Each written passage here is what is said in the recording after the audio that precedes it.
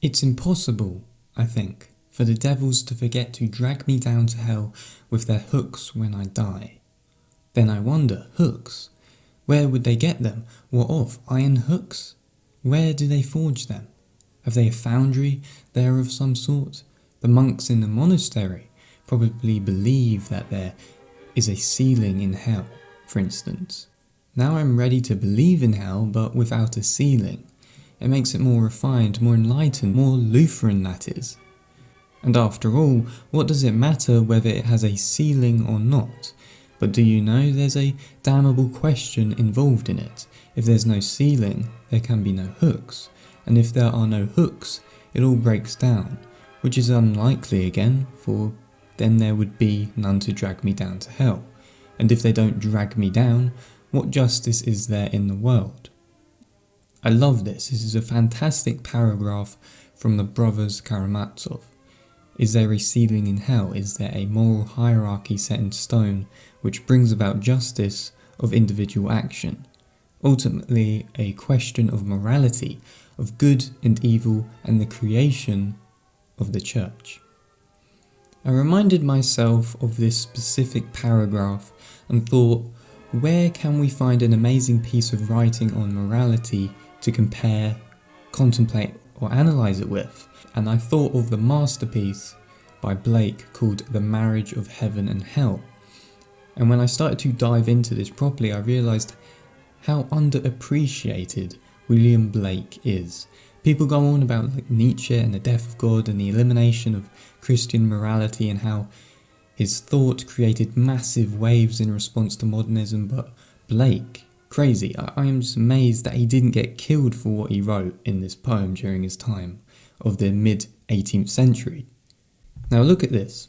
I quote, "He whose face gives no light shall never become a star." Another quote, "One must have chaos in oneself to give birth to a dancing star." The second one is Nietzsche. It's kind of crazy. I've never come across two quotes that basically say the same thing. The similarities in Blake and Nietzsche are crazy, and everyone just sweeps Blake under the rug with regards to morality and philosophy. This guy was born in 1757, Nietzsche was born in 1844, so there's a pretty decent gap. But in regards to philosophy, you never hear about William Blake, even though, from what I know, he seems to be the first to kind of destroy Judeo-Christian morality in his conception, going against hierarchies of morality and seeing good and evil as something very different, something of equal superiority, not one or another being more superior than the other. Something very Apollonian and Dionysian, which at the moment is kind of becoming a bit uncanny with all the videos I'm doing on it and all the different material that I'm analysing. But yeah, I think you guys are going to really enjoy this video. So let me just outline Blake's view of contraries. In this poem, he takes equal acceptance of the human soul, or the soul's contraries, which means opposites. So in relation to that of good and evil, he would say that good and evil are neither superior to each other, and that with no contraries, you basically have no progression.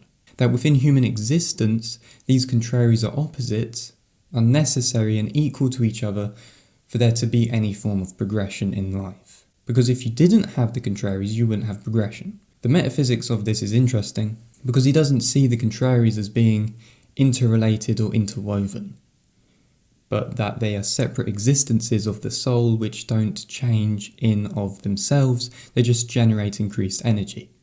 So for example, let's think of having two independent suns, for example, that project energy, that generate force and power for themselves. That is basically the metaphysic of the contraries. So with that, we can think of oppositions in human existence that, as he says, are necessary for progression, such as good, evil, attention, repulsion, reason, energy, love, hate. But we have to remember this doesn't work as an Hegelian synthesis. It is not that of a thesis-antithesis dialectic.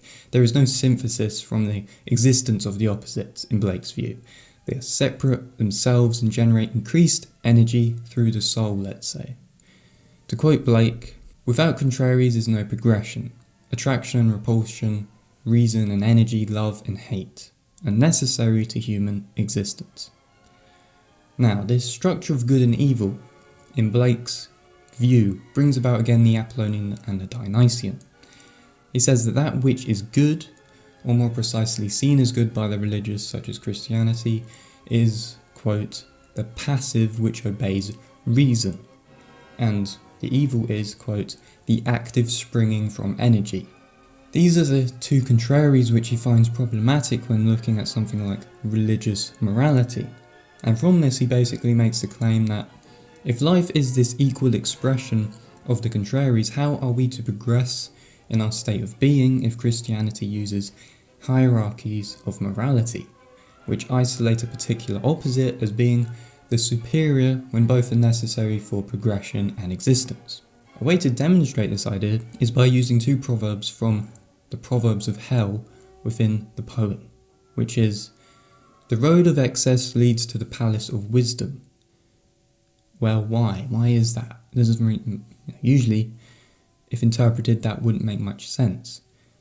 Well, there is another proverb which I think accompanies this proverb, which says, "You never know what is enough unless you know what is more than enough." And how can you know what is more than enough? Well, by experience. And to experience, one needs to enforce their energy, or usurp it. Excess could be gluttony, but to only know gluttony, one has to experience it through their energy, or will. Then can they learn or know what is to be wise, because you would come to learn what is more than enough. Now, an interesting ontology is presented in the section called The Voice of the Devil, and he says, which is supposed to be said by the devil in the poem, "Energy is the only life, and is from the body, and reason is the bound or outward circumference of energy." So if you take something like the Pythagorean monad as a demonstration of the self or psyche, the dot in the middle can represent itself as eternal energy, and the surrounding circle or circumference around it is reason, which the energy reverberates out towards. Continuing, energy is eternal delight. Those who restrain desire do so because theirs is weak enough to be restrained, and the restrainer or reason usurps its place and governs the unwilling. And being restrained, it by degrees becomes passive, till it is only the shadow of desire. So the energy is the eternal delight because it is that which dictates, which is basically Schopenhauer's will to live. But with Blake's interpretation, it is also that the energy is sin a priori, but it has the ability to be stronger than reason, which being energy would be to fulfill desire. When Blake represents all of this, we can see how he has gotten rid of the ideas of Christian morality and the attention in which it should be given, with him accepting equally all human contraries instead. A bit like the phrase, "You cannot make an omelette without breaking some eggs." With that in mind, Blake sees that moral hierarchies have a problem, a fundamental problem.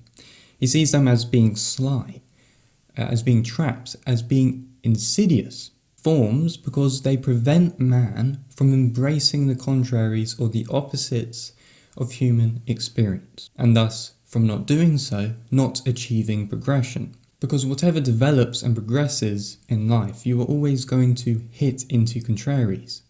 The moral hierarchy not only lives to place superiority on one's certain position with the intent to conserve man, to enslave him with passivity, which might be like a Nietzschean interpretation, but because he takes this view, Blake does not prefer one over the other.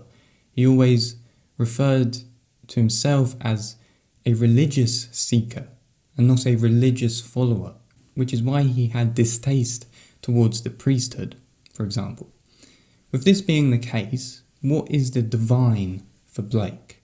Seeing that his position was all about depolarization, good and evil or reason and energy, it is all divine and necessary for Blake. Hence the name of the poem, Marriage of Heaven and Hell. We can come to see that Blake holds a very Manichaean view of good and evil, which is very dualistic. He comes to say in the poem that there are two types of people, and I think he refers to one as the prolific and the other as the devouring, which to me must be reason and energy. Thus the prolific must be the reasonable organiser and the devouring the energetic creators. As he writes, and you have to really pick away at this because this is quite long, the giants who formed this world into its sensual existence and now seem to live in it in chains are in truth the causes of its life and the sources of all activity. But the chains are the cunning of weak and tame minds, which have power to resist energy. Thus one portion of being is the prolific, the other the devouring. To the devourer it seems as if the producer was in chains, but it is not so. He only takes portions of existence and fancies that the whole. But the prolific would cease to be prolific unless the devourer, as a sea received in excess of its delights. Some will say, is not God alone the prolific? The answer, God only acts and is in existing beings of men. So it's very pantheistic. These two classes of men are always upon earth, and they should be enemies. Whoever reconciles them seeks to destroy existence. Religion is an endeavour to reconcile the two. The ending of this section makes me think of Camille Pallier's view of sky cults and earth cults. That the sky cults, who drifted from the earth, who wanted to condemn paganism just like the patristic philosophers, they didn't exactly want to reconcile these forms of contraries, but really condemn one and appreciate another. So you get a very Dionysian affirmation of life from Blake, similar to Nietzsche's interpretation. Now to just wrap things up here, because I will probably go over more of this poem and its specific sections in another video, William Blake kind of just says in relation to Dostoevsky's quote at the start of the video that there is no justice per se, that in the form of life one can learn wisdom through the usurpation of energy. If moral hierarchies are to pacify human energy, how can anyone truly learn wisdom if it is denied experience? So I think I'll leave it there, and I'll probably do a part 2 on this, as well as diving further into the specific sections of the poem. If you enjoyed this video, make sure to give it a like, comment and subscribe. Make sure to check out my Patreon if you are interested in donating towards the channel. I've also set up a YouTube membership for people that want to contribute but don't want to use Patreon as a means of doing so. So if you want to go onto my YouTube channel homepage, there is a button which says join and you can pick whatever tier you wish. With that said, thanks for watching. I wish you a lovely